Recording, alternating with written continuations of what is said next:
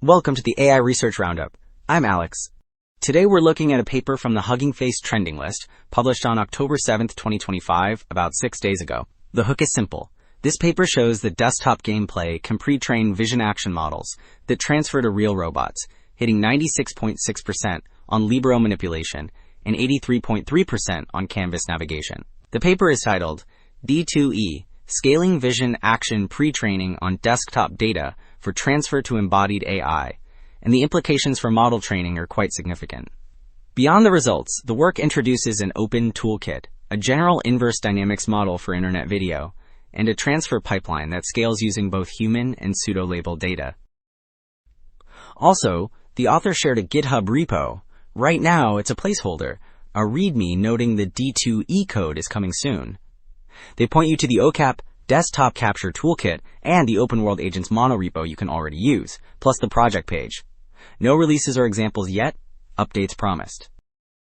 Alright, Figure 1 presents the full desktop to embodied pipeline, which ties together data capture, pseudo-labeling, and transfer to robots so the model gains broadly useful sensory motor skills. The left panel summarizes the OWA toolkit compressing and unifying gameplay demonstrations. The center panel shows a general InverseDynamics model, which infers actions from visual changes, using next event prediction with temporal offset that also estimates when an action occurs. The right panel highlights VisionAction pre-training and fine-tuning that deliver strong manipulation and navigation results. While Figure 2 details how the toolkit records synchronized desktop streams and stores them efficiently. The left panel shows OCAP aligning video, audio, mouse, keyboard, and window events on one timeline, which matters because precise timing lets models connect actions to visual changes. The right panel explains OWA MCAP, a standardized MCAP container plus external media references that keep videos compact yet indexable. This design shrinks datasets by about 150 times while keeping random access fast. While Figure 2 outlined how recording and storage get streamlined, Table 1 shows the payoff as the optimized pipeline decodes media much faster while reading far less per image. In Table 1, throughput rises to about 119 images per second because batch decoding aligns with the fixed sequence length dataset access pattern.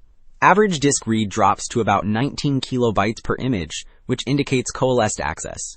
Table 2 reports roughly 4.8 iterations per second with one worker. The comparable baseline needed 16 workers. So Table 4 summarizes how the generalist InverseDynamics model stacks up on 3D games. Across Apex Legends, GTA 5, and Minecraft, the generalist model raises keyboard accuracy, for example reaching about 77% on Apex.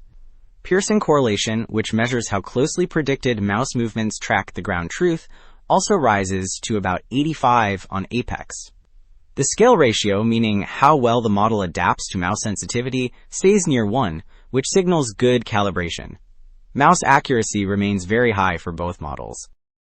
So while Table 4 showed stronger action inference in games, Table 7 reports navigation transfer gains. The table shows overall success rising to 83% when pseudo-labeled demonstrations are included.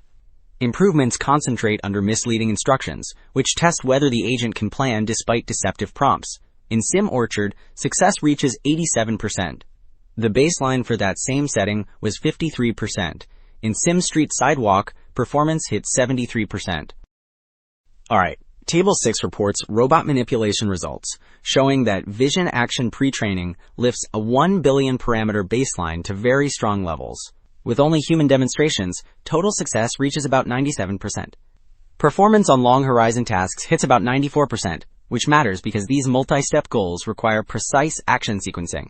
Adding pseudo-labeled data does not help manipulation, so careful human supervision appears more valuable than sheer scale here. Alright. 2 takeaways stand out.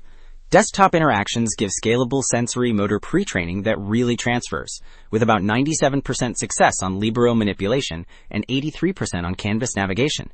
And the open OWA toolkit plus the generalist InverseDynamics model make that scale practical and cheap. The broader implication is clear. Internet video can fuel embodied robots. That is it for this episode of the AI Research Roundup. I am Alex. Thanks for listening.